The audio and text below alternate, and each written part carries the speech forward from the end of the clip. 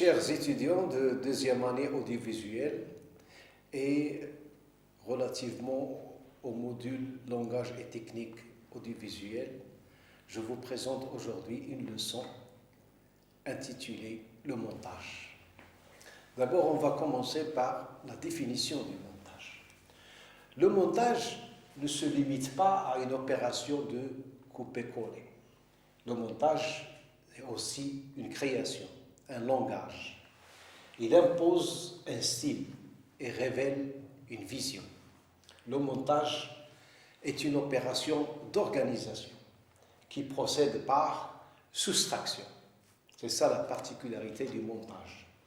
Et le montage jongle avec plusieurs facteurs dont l'espace, le temps, les personnages, le décor. Tous ces éléments-là sont indispensables pour pouvoir manipuler le montage.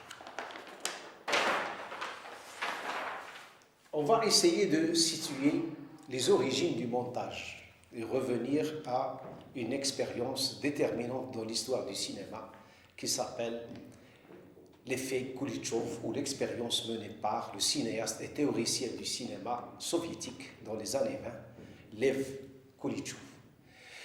L'expérience de Lev Kulitchov consiste à prendre une image unique qu'on va appeler 1, à laquelle on va adjoindre 3 images différentes.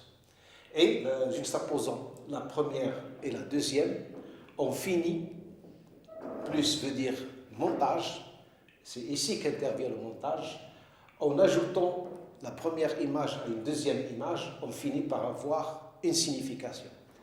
Et Lev Kulitchov a mené cette expérience sur 3 cas différents.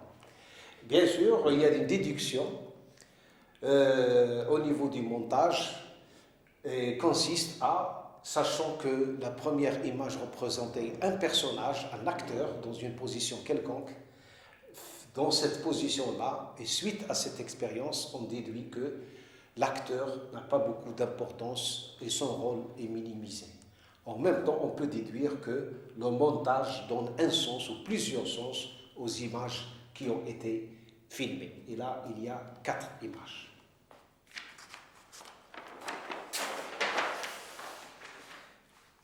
Il y a des cinéastes très connus qui ont fait des citations, prononcé des citations concernant le montage.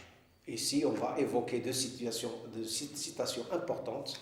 La première est celle de Alfred Hitchcock, le cinéaste britannique très célèbre, qui avait dit un jour que quand j'arrive sur un plateau, le montage du film est déjà fait dans ma tête. Et Orson Welles, le célèbre cinéaste américain, avait dit que le montage est la seule opération que peut maîtriser entièrement un cinéaste. Orson Welles avait dit ça suite aux grandes difficultés qu'avait connu son film Othello, sachant que le tournage du film avait nécessité 6 mois de tournage. Par contre, le montage avait nécessité 2 ans.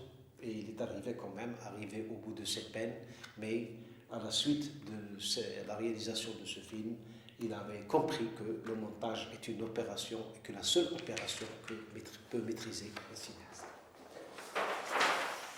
On arrive maintenant aux différents types de montage, sachant qu'il y a 3 grands types de montage. Le premier type, c'est le montage rythmique. C'est le plus élémentaire, c'est la première opération du montage, c'est d'assurer le rythme d'un film. Et il y a aussi un aspect métrique. Il va falloir chronométrer les scènes pour pouvoir assurer le rythme. Le rythme, bien sûr, il change en fonction du genre. Le rythme d'un film d'action est différent du rythme d'un film romantique. Ça, c'était la première catégorie de montage. Il y a une deuxième catégorie qu'on appelle le montage intellectuel. Le montage intellectuel, on appelle aussi le montage idéologique. Ce montage consiste à insérer des images externes dans le but d'enrichir le contenu du film. Et bien sûr, le montage intellectuel tire un petit peu ses origines dans l'expérience de Kulitchov qu'on vient de définir. Il y a un troisième type de montage qu'on appelle le montage narratif. Et le but du montage narratif est de raconter une histoire. Il a une fonction descriptive, contrairement aux deux montages cités plus haut. Et pour ce type de montage, le montage narratif, on va retrouver 4 sortes. D'abord, le montage linéaire. Premièrement, le montage linéaire, c'est le plus simple et le plus classique et le plus court. Il consiste à mettre une succession de scènes dans un ordre logique et chronologique aussi. Donc, cette opération est une opération qui s'avère facile. Il va falloir juxtaposer les différentes scènes dans un ordre logique et chronologique. Le deuxième type de montage est le montage inverse. Là, l'ordre n'est pas respecté et on assiste dans ce type de montage à des retours en arrière qu'on appelle communément le flashback. Il y a dans ce type de montage une insertion d'une ou plusieurs actions. Le troisième type de montage, toujours dans le cadre du montage narratif, s'appelle le montage alterné. Et donc ce montage-là est basé sur la simultanéité de plusieurs actions. Donc il y a plusieurs actions qui se passent en même temps. Il va falloir les ajuster et assurer un montage narratif dans le cadre de raconter une histoire. Il peut susciter de l'émotion intense selon le rythme. Donc, selon les durées des scènes, on peut assurer un certain rythme aux différentes scènes. Il engage aussi efficacement les spectateurs, comme dans les films d'action. Et on arrive enfin au quatrième type de montage qui s'appelle le montage parallèle. Ce montage-là ne respecte pas la simultanéité. Il est fondé sur le rapprochement des scènes qui paraissent indépendantes. Et les différentes scènes doivent converger à la fin vers une action unique. Et bien sûr, la simultanéité n'est pas tout à fait nécessaire.